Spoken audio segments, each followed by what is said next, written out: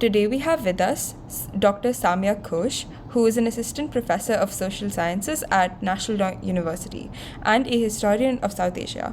Their research includes working with public history, museum studies, gender, and sexuality. They're currently working on a book about courtly culture, and today they'll be talking about portraiture in South Asia and much more. Thank you so much for joining me. To start us off, could you introduce yourself and your practice in your words? Hi, Apal. Thanks a lot for inviting me to your podcast.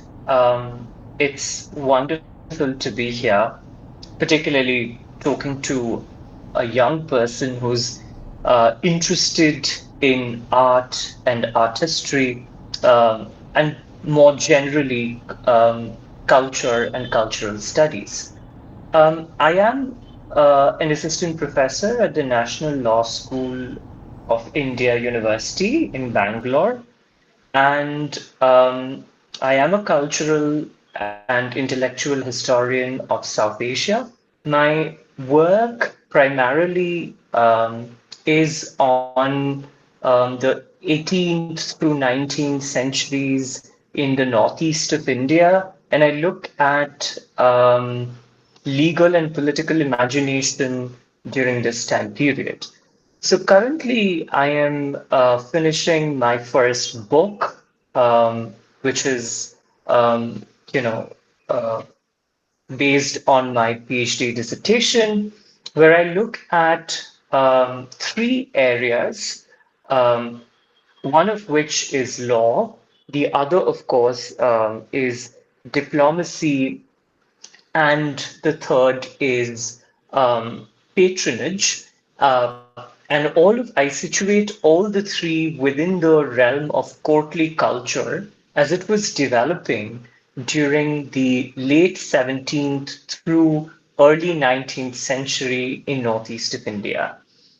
And in the work, I basically look at theories of kingship that emerge from the borderlands of Hindustan, particularly, this region, which is the Brahmaputra Valley, the fertile floodplains of the Brahmaputra River, where you had, most importantly, the royal court of the Tunkungia kings at this point of time in history, but also you had multiple small courts of, I would say lesser kings or little kings, as I um, propose in my work, and very importantly, monastic institutions. And monastic institutions that are Vaishnavite in origin, in their character, and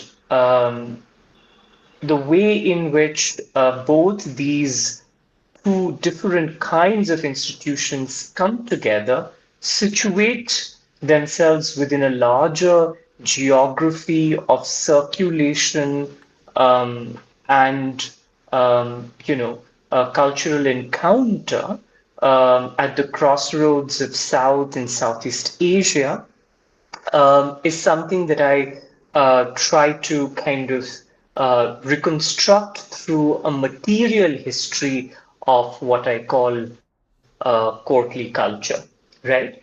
So, to give you a sense of the kind of archive that I work with, I work primarily with inscriptions, and these are land grant inscriptions, both in different format.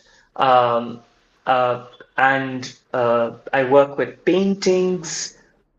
These are miniature paintings, then land records, um, chronicles, and most importantly, poetry, which were produced in the royal court and in the monastic centers. And also, there is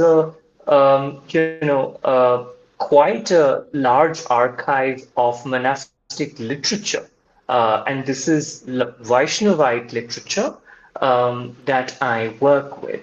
So, in my work, I try to bring together these different kinds of sources in order to ask this one question, which is how was the king imagined as the cipher of politics in the late 17th through early 19th century in this region? And this is a crucial question because if you look at this time period, you will see that a lot of politics and political imagination, particularly, is being centered or is organized around the figure of the king. Yeah. So, for example, the article that you read, which was published in Comparative Studies of South Asia, Africa, and the Middle East, where I write about this court of two kings and I talk about a particular kind of courtly organization, there too, I'm trying to understand how culture, politics is being organized around the figure of the king, but also the king is being received as knowledge, right? So that's what broadly I try to do in my work, which is in sync with cultural historians like David Schulman or Aparna Kapadia and several others who have more also closer home, Yasmin Saikia, all of whom who have worked on the figure of the king, but also the idea of kingship, but from very different perspectives. So, like, given all the information that you've just talked about, do you think the reason that your perspective is different is because of this kind of blend of sources that you use? Because using land documents in poetry for um, determining what the structures of law and diplomacy and patronage were seems like a, not just like a difficult process, but what are kind of like the things that you find about something like law and diplomacy through more aesthetic or strictly cultural sources, whether that be paintings or poetry. So how do those things kind of cross apply? Right. Thank you so much for asking that. So the thing is that you're quite right that the distinctive aspect of my work is that I try to undo a particular kind of division that has kind of perpetuated in let's say the historiography, I would say of South Asia, and more so of the region that I work on. I'm talking about the distinction between textual and material sources, right? So historians would generally work with chronicles and other textual sources, mostly sources that look like history. So until and unless, like, I mean, in the last 10, 15 years, you have had historians who have looked at literary sources, but this is a very new kind of, I would say, trend. But more generally, historians worked with, land documents, revenue records, and sometimes chronicles, and other kinds of textual sources, leaving the literary out of the question. So when I talk about textual, I talk about both what I call expressive literature as well as documentary literature, bringing the two together. And on the material end of things, I am very interested in looking at paintings, looking at inscriptions, keeping in mind their materiality, right? So a lot of my work also draws from scholars like Dina Kim, who have worked on, Eastern India in the medieval period, and their work on the history of the book, right? So can we write a different history of the book form, keeping, paying closer attention to the materiality of the book. So, drawing from that scholarship, I also look at a lot of these manuscripts that were produced in this region from the late 17th through the early 19th centuries. And these are all, very lavishly illustrated manuscripts. They're scattered all around the world. It took me several years to kind of access all of them. Like I can talk a little bit about it later on. I mean, it's quite dizzying to think of the different places in the world where they're scattered. But to go back to the question that you were asking, what do I look for in these? I'll just focus on, let's say, the material aspect of um, uh, uh, this discussion, which is the inscriptions and the paintings. So when I'm looking at a folio, right, of an illustrated manuscript, um, these folios are all heavily illustrated, but they also have inscription, like writing on them, mostly in the manner of poetry.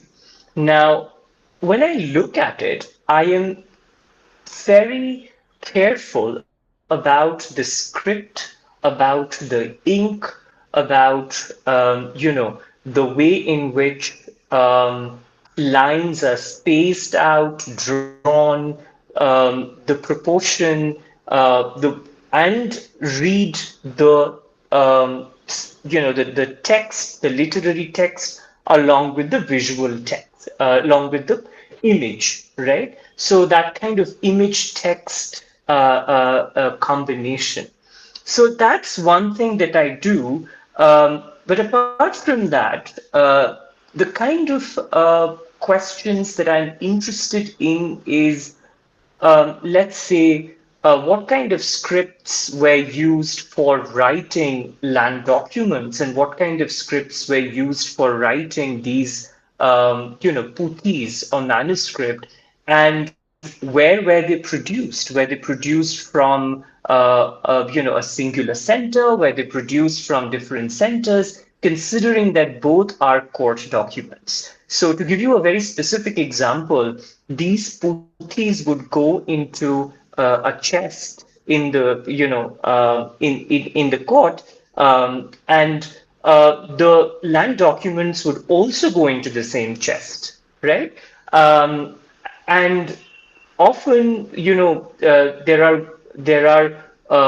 but you see there are different conventions for these two different forms of writing or styles of writing.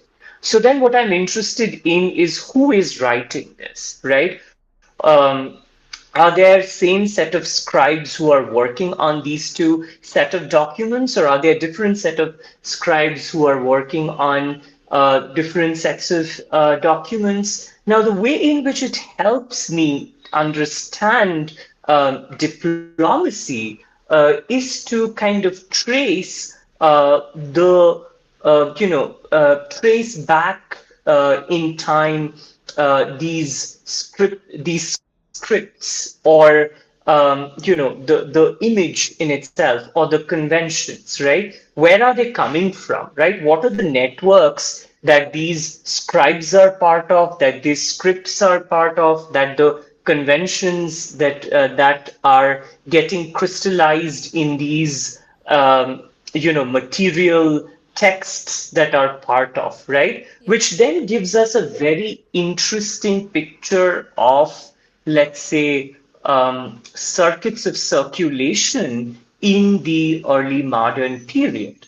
So, to give you a sense, there is a standard understanding that this region was, um, you know, kind of cut off from Mughal Hindustan, although there is a much longer period of military kind of combat between the Mughals and the Ahoms that begins sometimes in the early 17th century, in around 1610s, goes all the way till 1680s, 82 particularly, and in different phases, right? So you have 7 decades of combat, but apart from that, there is not much that you will find in a standard history textbook, or not even in a textbook, but in a standard history book.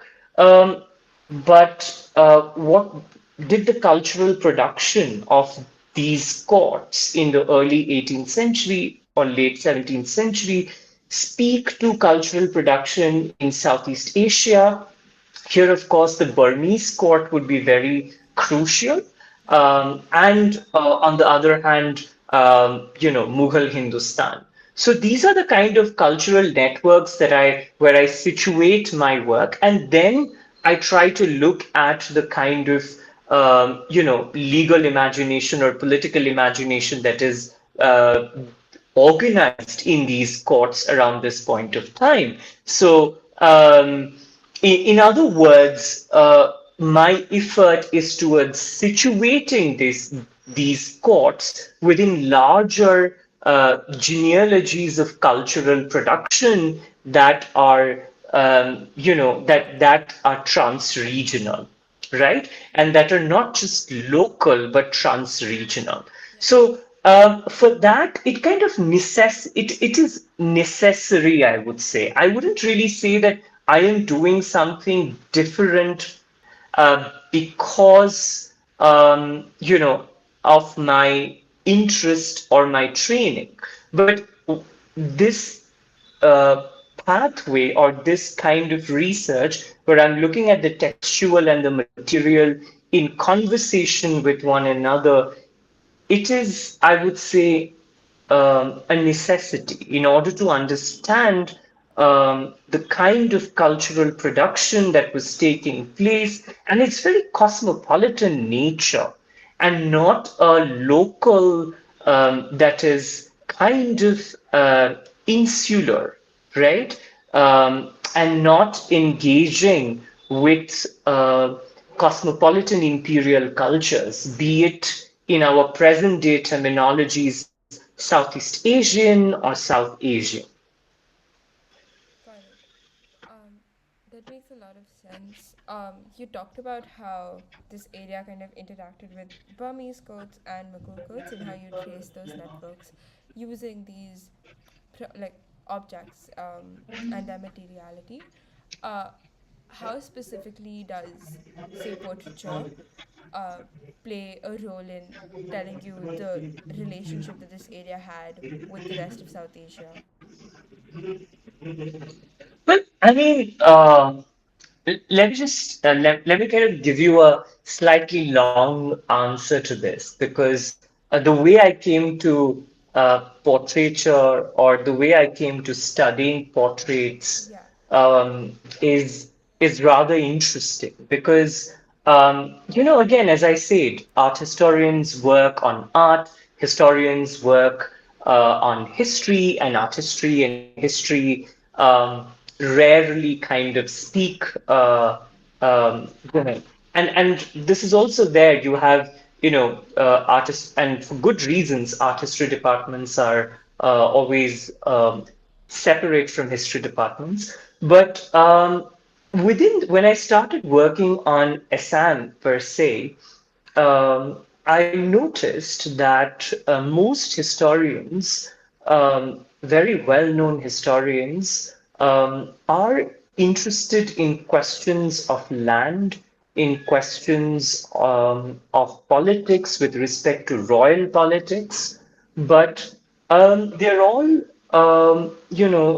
working, as I said, with sources that are identified as quote unquote history or chronicles, prose chronicles. Now, this is a particular kind of sauce that I'm talking about, known as the Burunjis, which are, like stories of kings, plainly explained. And again, there is a longer history of that, and Burunjis, the history of recording stories of kings goes back to Burma. I mean, in that region, the Shan states, where also you have similar kind of recording practices.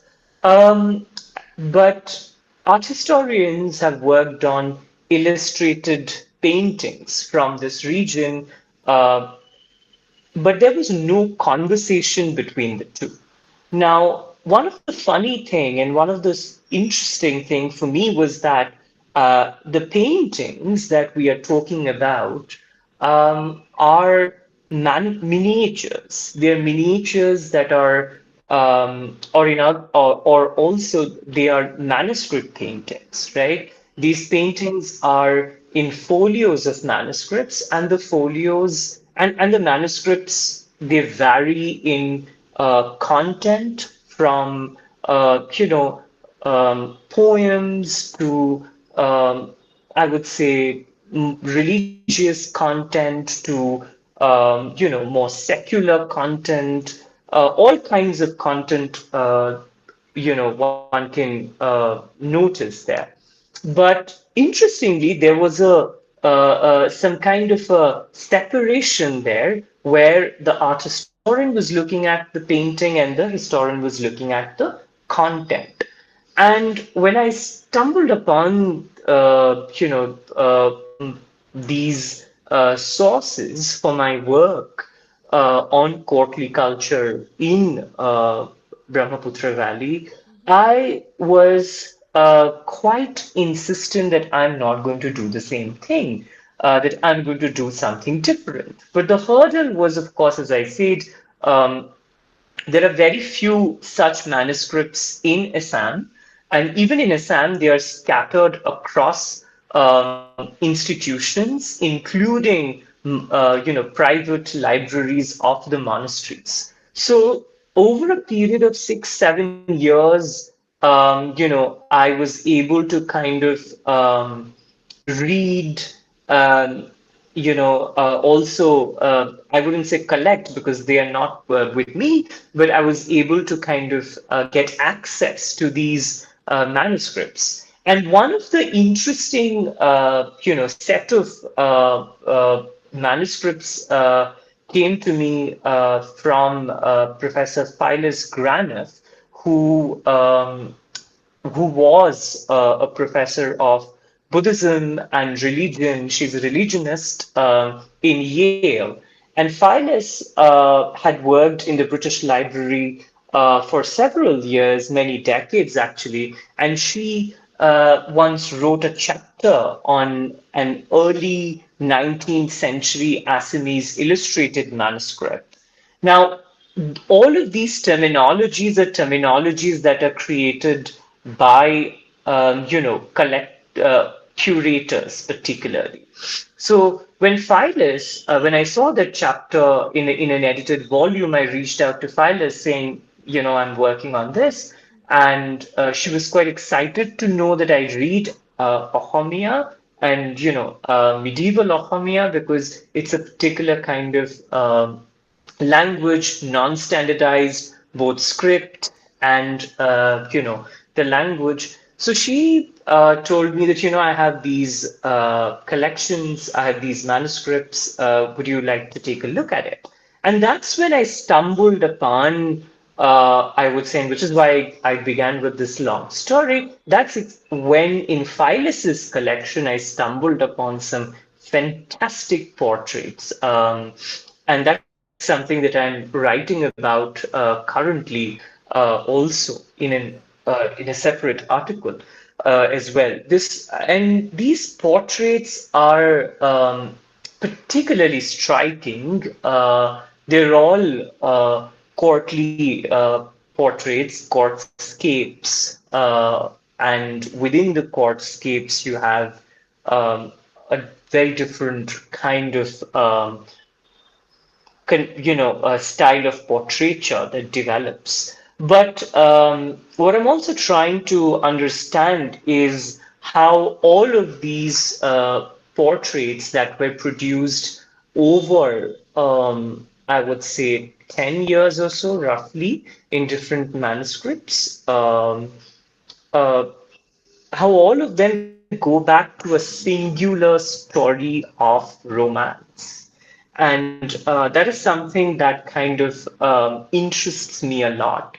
And but as I read the story of this love story between the two kings, I also kind of look at what the poets were saying, what the what the chroniclers were saying, what the courtiers were writing, and how all of them were sometimes contradicting each other. And what's interesting is when you look at what the painters are doing, you see that the painters are doing something very interesting and different, because the painters, they're not painting without any, they're not just painting these portraits of the kings, right?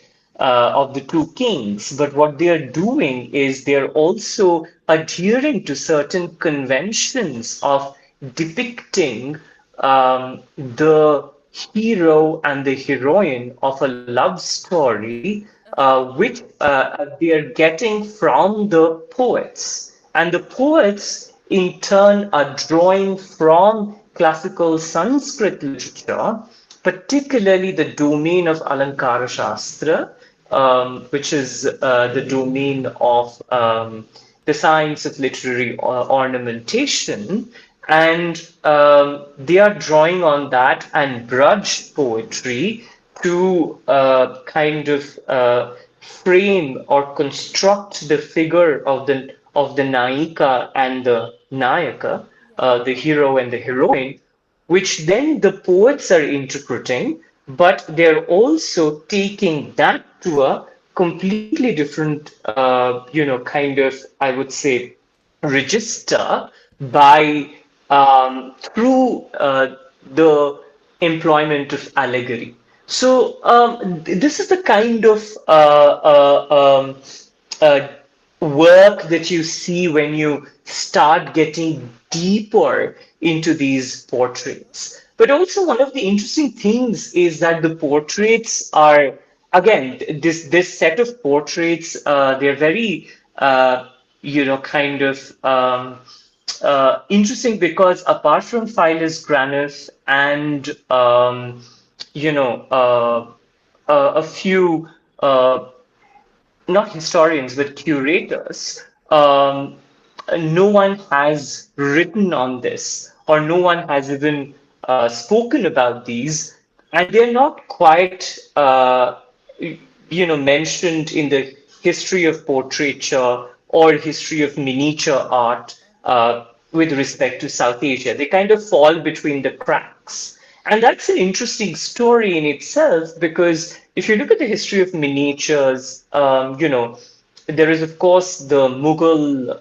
miniatures, and then you have the Rajput and the Pahari, and all of these terminologies again are being, or they were a kind of formalized over the 20th century.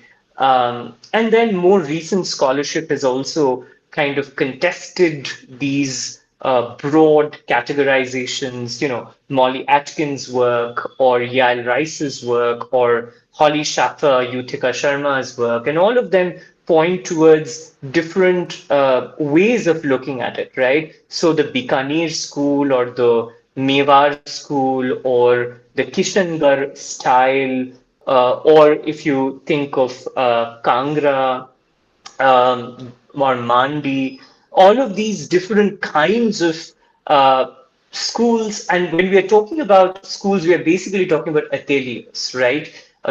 Groups of painters who adhered around, a court and produced a set of paintings, right? And so the need to look at these in and for themselves, rather than going by these broad categorizations per se. So because of those kind of classifications, these group of portraits that I work with, they kind of fall through the cracks because they don't either adhere um, entirely with the Mughal nor the Rajput or Pahari. There are interesting kinds of juxtaposition of styles that you see in these courtscapes, in these portraits, which are in sync with, let's say, later Malla period painting from Nepal, both scroll painting, particularly, and also portraiture from that region, Yeah. much even earlier book, kind of manuscript painting or book technologies from the Pala period in Eastern India. And then, of course, you have the influence that is coming from the Mughal court and also the court of Amir. Again, there Yeah. was a very interesting and important relationship between the court of Amir and the Tunkhungia court in the early 18th century, a relationship that has not been spoken about at all by historians. So, because of this reason, these portraits are also kind of they are hard to classify, and therefore art historians also haven't quite felt the need of looking at them in a more systematic manner, right? So what I do is I work with them in a more systematic manner to understand if there was a particular kind of convention, a courtly convention of the art of image making that was developing at this point of time in the Tunkhungia court, right? And by Tunkhungia court, just to give for all the listeners, I'm talking about the court of kings in Brahmaputra Valley, who are more generally referred to as Ahoms, but a particular lineage of kings who rule from 1680 to 1830s, 1836, more or less. So this is the time period that I'm talking about, and the name Tunkhungia comes from the name of the lineage, which goes back to this place called Tinkhang, and from there you have Tunkhungia. So that's, but I am therefore talking about this one lineage of Yeah. kings and their court. Yeah. Yeah. That makes sense.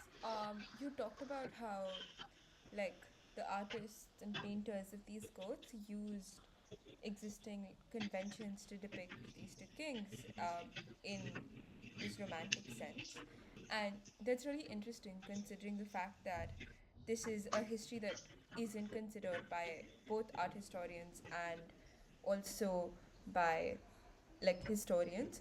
So is there a kind of basis, or like is the way that this practice, their particular practice of painting and um, culture within the Tunkungia code, the I hope I'm pronouncing that right, is that particularly related to this kind of romanticism, and is it like an essential part of it, and perhaps is this one of the reasons why this culture has been ignored?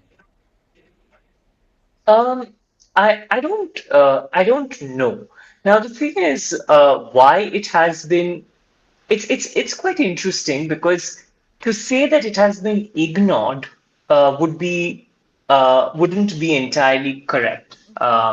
Because there are historians and very good historians who have written fantastic books like Yasmin Saikia, her very well researched and well written book on the Ahom kings.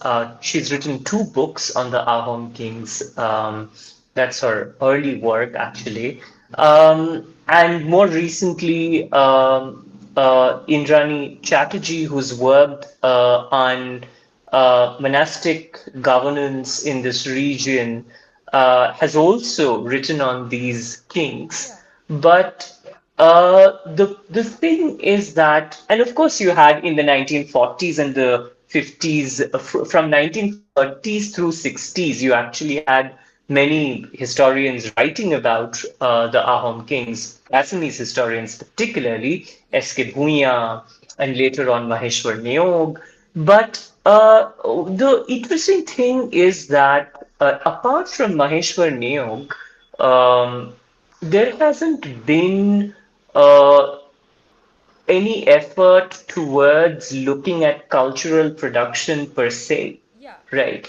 And there hasn't also been any discussion around courtly cultures. So my interest was in courtly culture, Yeah. particularly understanding what was the nature of courtly culture in this region in the 17th through the 18th and early 19th century. That is something which was not at all discussed, apart from, I think, in Satyendranath Sharma's book on on the on monastic culture, Vaishnavite monastic culture. You had some references to royal culture, but not courtly culture per se. So I think one of the reasons why these materials, and when I say these materials, I'm talking about particularly poetry and painting, Yeah. they get left out is also because there is some kind of understanding that the monastic institutions and the courtly institutions remain separate, right? That the Vaishnava monks do not embed themselves in the courtly culture of the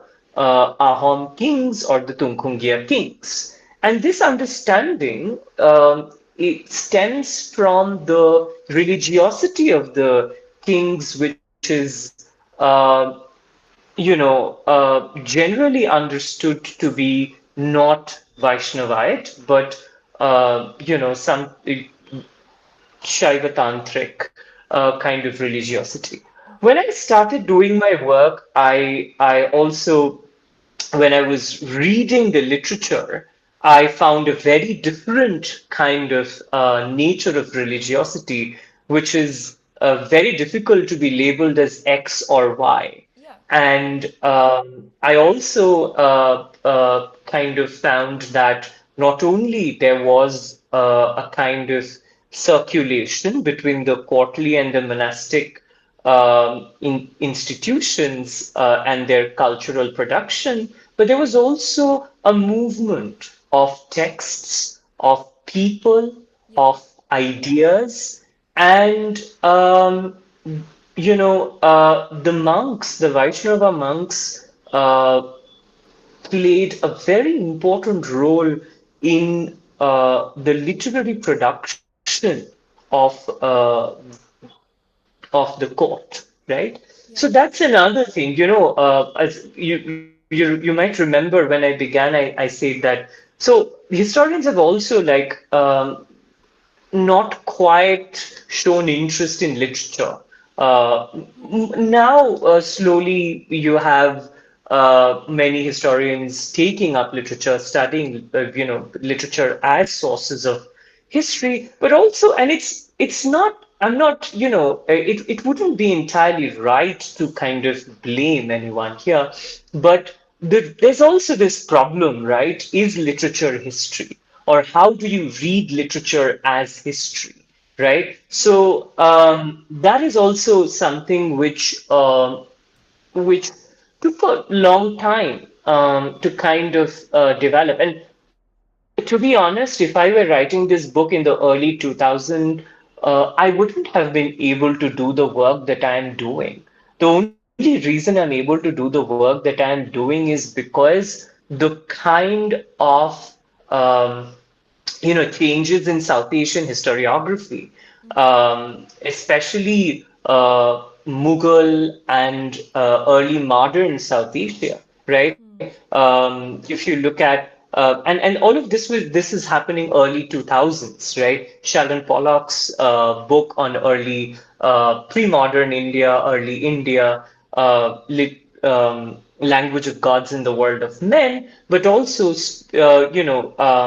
several students of Sheldon Pollock who are working on courtly cultures, right? Audra Trushka, who's writing on Mughal courtly culture, Alison Bush, who's written, and Alison Bush was my advisor. Alison Bush, who's written on Braj courtly culture, but also Braj in the Mughal court. Um, and several other historians, someone like Aparna Kapadia, who's written on Gujarat, particularly looking at poetry. So there's a kind of there's a new scholarship. As new scholarship kind of poured in, it also showed that courtly culture can be looked at from um, perspectives that are not just the perspective of the state, right? Not just the Mughal state. The Mughals could be studied beyond the Mughal state. Got So it. that's the kind of work Sanjay Subramaniam and Muzaffar Alam did in their work on Mughal courtly culture. So that is the kind of work, again, David Schulman's work, that is the kind of work that helped me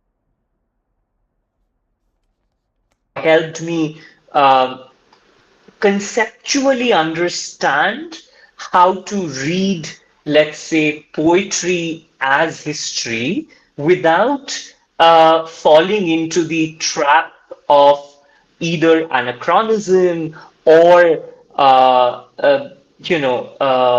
kind of deviating from the logic of history, right? So that was very important, which is why I say, I began my work in 2015, and I think it was the right moment to do this kind of work. You always stand on shoulders of very broad shoulders of very big scholars. And if that's one thing, then of course I had more closer to home, and I'm talking about the region's historiography, historians like Yasmin Saikia or Indrani Chatterjee, who have written on the Ahom kings. So for me, then I could get into more complicated questions easily and look at different ways of looking at this archive because there was already ways in which the narrative of, let's say, political power, the political history of the Ahom kings that were told by historians who came before me, which made writing the cultural and intellectual history of these kings and their courts and the institutions around them easier for me, I would say. Yeah, that makes a lot of sense. I think you talked about how it is important to emancipate this history from the history that like the state or like the Mughal state perpetuated about them. And I was specifically interested in how uh, a notion or tradition of like of the romantic portraits um, worked in doing that. So what were like the Mughal narratives about this kind of region, and how did how does this specific way of studying um, like the poetry and the painting, uh, able to deviate from that. So basically, I just wanted like an example, I think. Yeah, I mean, I mean, I'll give you two specific examples. Let me start with that. So, there's a 17th century memoir, I would say Mughal memoir. It's actually very difficult to kind of tell specifically what kind of text it is, but it's a Persian text written by this you know, Mughal general called Mirza Nathan, who originally belonged to an Iranian lineage, Persian lineage, and he was in the Mughal militia. He was part of the militia when, in the early 17th century, the Mughal armies tried to conquer parts of. Actually, the geography is interesting here. Let me just say Brahmaputra Valley. Let me put it that way. Yeah. So, and Mirza Nathan writes this text called Baharistan-e and which was later published much later in the night. I mean, of course, you had the Persian copy, which was, of course, discovered by Jadunath Sarkar, and Jadunath Sarkar, of course, used it. Um, but later on, M.I. Gora, a scholar of Persian, translated that into two volumes. Mm-hmm. I'm saying this because so that if someone's interested, they can look up. Now, in this text, there's an interesting moment, a moment that has stayed with me. It's a it's a very long text, but there is a moment where there's a discussion about the people who live in this region, right? Mm-hmm. And there are interesting comments that you see from the Mughal camp, uh, be it the soldiers, the generals, and there's a general understanding the people here they eat anything, and they are not particularly quote unquote civilized. Now, this is something which is a kind of a recurring theme that you find in this text. But if you look at this, if you situate this text along with a different set of texts, which are written in Assamese, again contemporary battle chronicles, there too you see that when the writers are writing, they're talking about the Mughals as identifying this region as a land of magic, right? And this is something which, by the way, is there in the colonial archive as well. It's funny because it's pretty much somewhat similar, at Mm-hmm. least in this respect, the way the Mughals look at this region, the way the company officials look at this region, right? Yeah. It's kind of a derivative of the Mughal perspective. And there is this understanding that this is a land where the soldiers, and I'm talking about the Ahom soldiers and the Ahom militia, the Mughals continuously say that they practice magic, they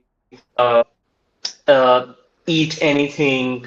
And there's also a very interesting story with respect to the Manshab, the Ram Singh Kachwaha of Amar, and Ram Singh Kachwaha was actually the brother of Man Singh Kachwaha, who Hmm. was also a Mughal Manshabdar and played a very important role in the Mughal campaigns in Bengal. And Ram Singh, a very interesting character, was actually he was leading the Mughal army in the during the Mughal campaign of Assam in the mid 17th century, the famous Battle of Saraighat.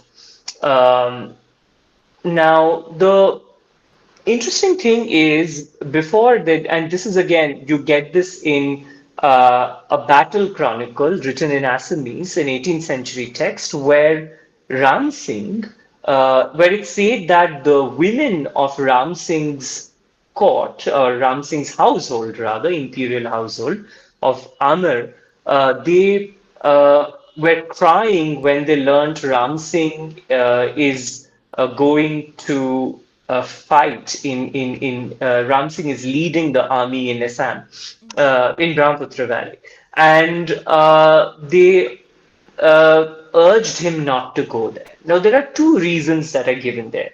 One is again this thing that those who go there do not return. It's a land of magic, etc., etc. And the reason why I repeat this is because this is an understanding that is there in Mughal chronicles about the borderlands, right? About the lands that are beyond Mughal domain, particularly this region.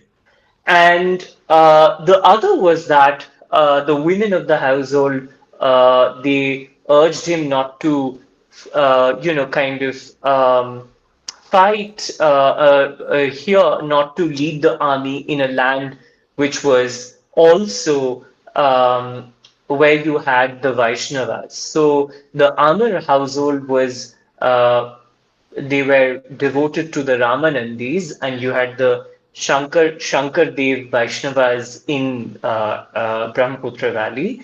And there were some networks between the Ramanandis and the Shankar Dev Vaishnavas. And the women, they had told him that as a disciple of the Ramanandis, please don't go and fight because they're also the Lord's presence there is as much manifest as it is here in Amir. Now, there are two kinds of history that you see here. One is, of course, this general understanding that this is a land that isn't kind of quote unquote civilized in the way Mughals are considering themselves to be. But there's also this history of Vaishnavism that locates this land in a larger sacred geography. So it's very difficult to say either or kind of thing. So Persian sources give us a certain impression of how the Mughals looked at Brahmaputra Valley. Again, Persian sources from the Mughal court give us that impression. Then the Assamese sources give us a very different impression. And you also have, kind of uh, similarities across these sources. But this was largely, I would say, largely the impression was that this was not an easy terrain. And I put it in very simple words because this is exactly something which if you look at the Mughal chronicles, it kind of comes up again and again with reference to this region that this isn't an easy terrain. And this is also something that, when Brahmins from the Gangetic Valley or from, Sylhet, when they come to this region and in their writings also, these Brahmin, priests or who later on, of course, when they're becoming part of monastic orders, and in their literature also you see this kind of impression that, for example, in many of the Vaishnavite hagiographies or the Charitaputhis, there is constantly a discourse on meat eating practices in the region, right? And how there is a need for a quote unquote purification, which of course tells you that there is always an outsider insider debate that is going on in all of these different sources. And that those locations are also shifting locations. They're not static in that sense. They depend on where the nature of the sources, in other words. Yeah. That makes sense. That's really interesting to think about. I think this has been a really fruitful conversation. It's been really interesting to learn about kind of both the history of this region that I personally didn't know a lot about, but also the way that that history is studied and the role that cultural objects can play in it. Um, are there any like final thoughts that you have? Any like things that you particularly want to say? Um, yeah. Uh, not. I would just like to kind of end with a story, maybe, which is about something that I'm working on presently. And Yeah. because, I'm as a historian of culture, I am also very interested in collections, and art historians are more familiar with this kind of language. But when you think of artistry through collections, and I've been recently working on a rather famous collection. I mean, I think art historians, many art historians of South Asia would be aware of this collection, but I just want to talk about it briefly. This is the Catherine and Ralph Benkayan collection, Mm-hmm. which and there's a very interesting kind of story with respect to the collection because so Ralph Benkaim was a lawyer, an entertainment lawyer who lived in Los Angeles, and Catherine Benkaim, who was his partner, she also she was a curator, art historian, and uh, not really art historian, curator, I would say, and also they together, Catherine and Ralph, they collected um, many miniatures, almost something around 200 miniatures between the 1960s and the 1980s, 90s. And these collections, the Bentham collection, Catherine and Ralph's collection, it was first acquired, 95 of those miniatures were first acquired by the Cleveland Museum of Art and in 2013. And in 2018, another set of paintings, 121, I suppose, were kind of split between uh, the Cleveland Museum and the Smithsonian Museum in DC.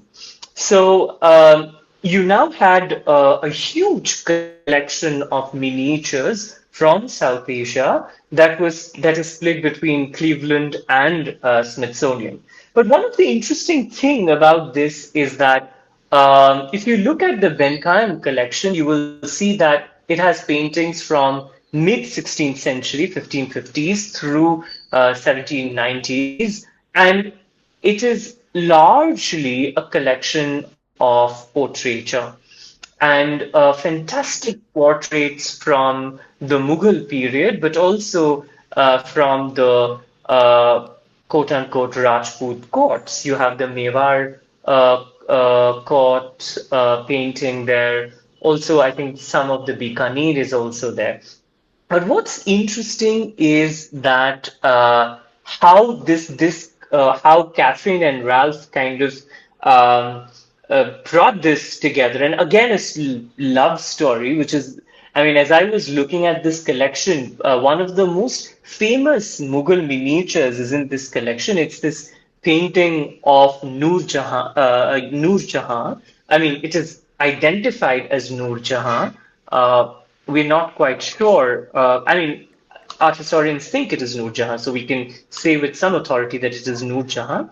And it is painted by Bishan Das, who was a Hindu artist in the Mughal court of Jahangir. And you see Noor Jahan holding a portrait of Jahangir in this portrait of Noor Jahan. And you see a profile of her. She's standing holding this portrait of Jahangir. Now, this is one of the most, I would say, evocative testament to the love story of Noor Jahan and Jahangir, which was not something that only the Mughal court was talking about, but which was circulating like a rumor in the English, the Dutch, and the French circles as well, because you had all of these people, particularly the English much later, but particularly the Dutch and the French in the court, and also the Jesuits. So there was this larger, kind of love story, and Vishen Das's painting is a testament to that love story. But what's interesting is the fact that you find this in Catherine and Ralph's collection, and their collection also was made possible because Ralph met Catherine at an auction, and they started dating, and Catherine was a specialist in the area. Ralph was a lawyer who actually started collecting these paintings because they looked Persian, and he served in Iran during World War II. So it reminded him of Iran. Now, the another interesting thing here is a lot of these paintings, they come to them in the 1960s, 70s, actually because if you remember, this was I mean, after independence, many of the royal families, almost all of them, were earning through privy purses. And then the privy purses were abandoned, discontinued during Indira Gandhi's time. And many of these royal families started also kind of disposing their collections in auctions, right? They started sending them in auctions, and because they would fetch a lot of money. So Sotheby's and others, this is so 70s and 80s, these paintings started flooding these auctions. And this is also when the Bentheim collection was put together through multiple stages of acquisition. And it's quite interesting to kind of think of these circulations, right? I can remember one particular painting from this collection, which is now in Smithsonian. That painting till 1988 was in the collection of Hans Peter Krause, who was a bookseller in New York, and he had a rare bookshop in New York. From there, it was in the collection of Sam Fogg, who was another rare book collector, manuscript collector in London. And from Sam Fogg, it was, the painting was purchased by the Benkeims. And I don't know which auction it was purchased from, but it was purchased from Sam Fogg. And in 2018, it entered the Sackler collection in Yeah. Smithsonian. So, what the interesting thing that you notice when you start looking at art, the art history through and particularly miniatures through collections, is also how different histories converge, right?